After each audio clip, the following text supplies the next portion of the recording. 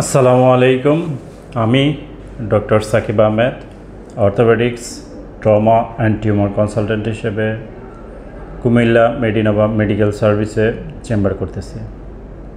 আজকে আমি আপনাদের আমার এক পেশেন্টকে দেখাবো যে তার হাতের সমস্যার জন্য আমার কাছে আসছে।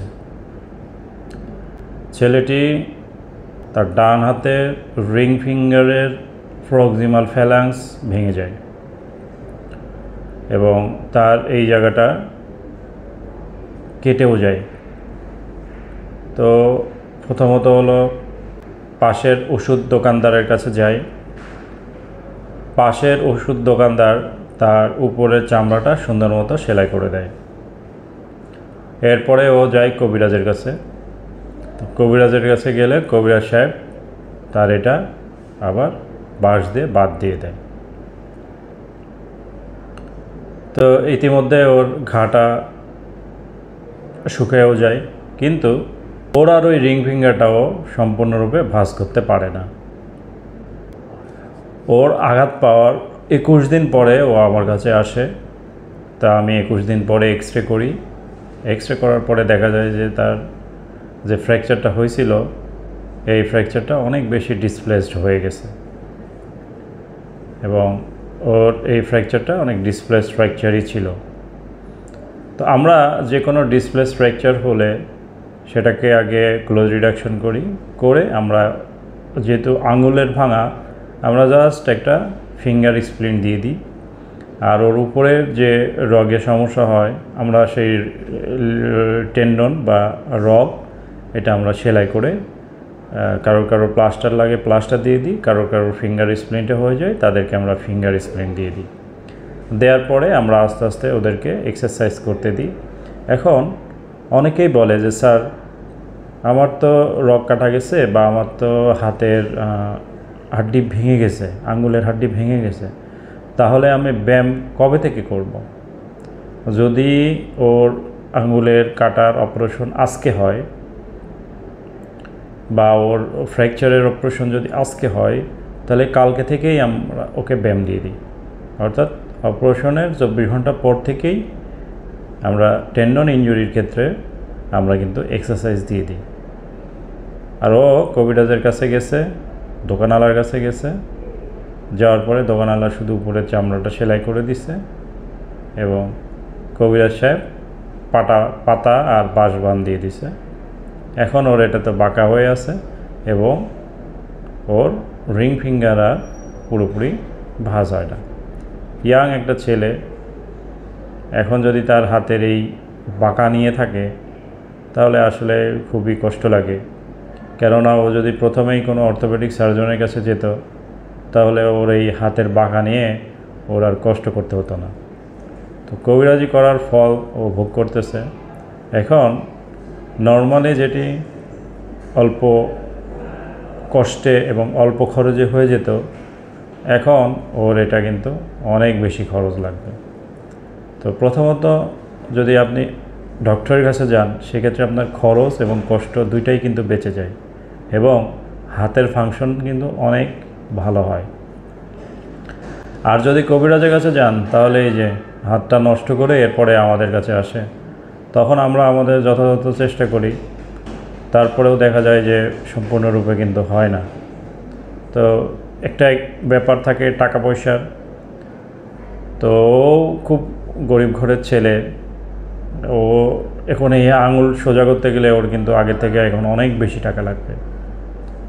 তা আমি বলবো, যারা আঘাতজনিত কারণে কবিরাজের কাছে যান এবং এই পঙ্গু তো নিয়ে আসেন, তাদের ধারণা হলো যে হয়তো কবিরাজের কাছে গেলে অল্প খরচে বান টান দিলে ঠিক হয়ে যাবে। আসলে আপনাদের এই ধারণাটা সম্পূর্ণরূপে ভুল। কারণ কবিরাজরা তাদের মনের মাধুরী মিশিয়ে অবৈজ্ঞানিক পদ্ধতিতে তারা চিকিৎসা করে থাকে এবং ম্যাক্সিমাম সময় দেখা যায় যে তারা হাত এবং পা নষ্ট করে আমাদের কাছে পাঠায়। তো কিছু কিছু ক্ষেত্রে হয়তো বা সম্পূর্ণরূপে ভালো হয়, কিন্তু অনেক ক্ষেত্রেই কিন্তু সম্পূর্ণরূপে কিন্তু ভালো করা যায় না, যদি ফ্র্যাকচারটা অনেক দিনে পুরাতন হয়ে যায়। তো ওর এটা ইনশাল্লাহ ঠিক হয়ে যাবে অপারেশন করলে। কিন্তু অনেক টাকা পয়সার ব্যাপার। তো এই জন্য আমি বলবো যে কোনো আঘাতজনিত কারণে অবশ্যই আপনার নিকটস্থ অর্থোপেডিক সার্জনের কাছে যাবেন, তাহলে এই ধরনের হাত বাঁকা পা বাঁকা আপনাদের হবে না। আমাদের কাছে অনেক রুগীই আসে যারা পরবর্তীতে আফসোস করেন যে স্যার কবিরাজের কাছে বাড়ির পাশের কত লোকের কথা শুনে বা ওই লোকের কথা শুনে আমি গেছিলাম। জানি না আসলে কেন যান বা রুগীরা বা মানুষজনে কেন কবিরাজের কাছে এখনও পাঠায়, বুঝি না। আমার মাঝে মাঝে খুবই রাগ হয়, মাঝে মাঝে খুব কষ্টও হয়, আবার মাঝে মাঝে খুব হাসিও পায় যে মানুষ আসলে এখনও বোকার স্বর্গে বসবাস করে।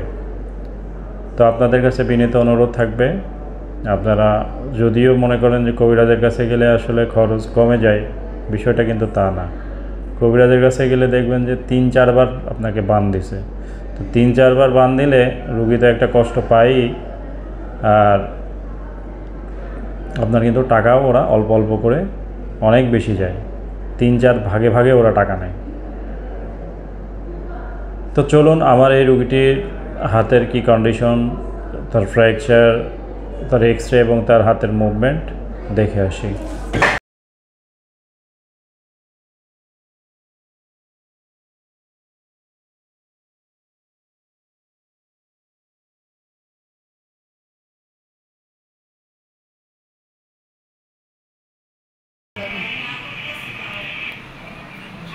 বাম হাতটা রাখো এখানে,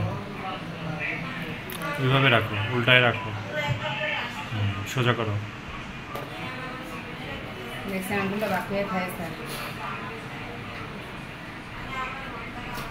মুট করো,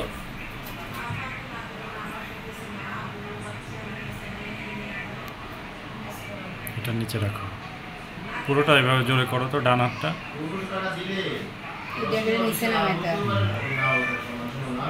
বাম হাতটা করো,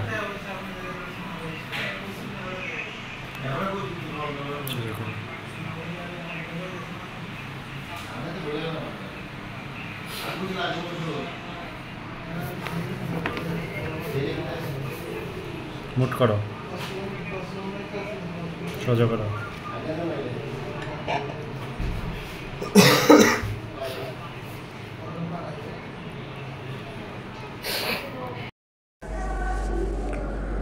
তো দেখলেন তো ওর হাতের মুভমেন্টটা কেমন।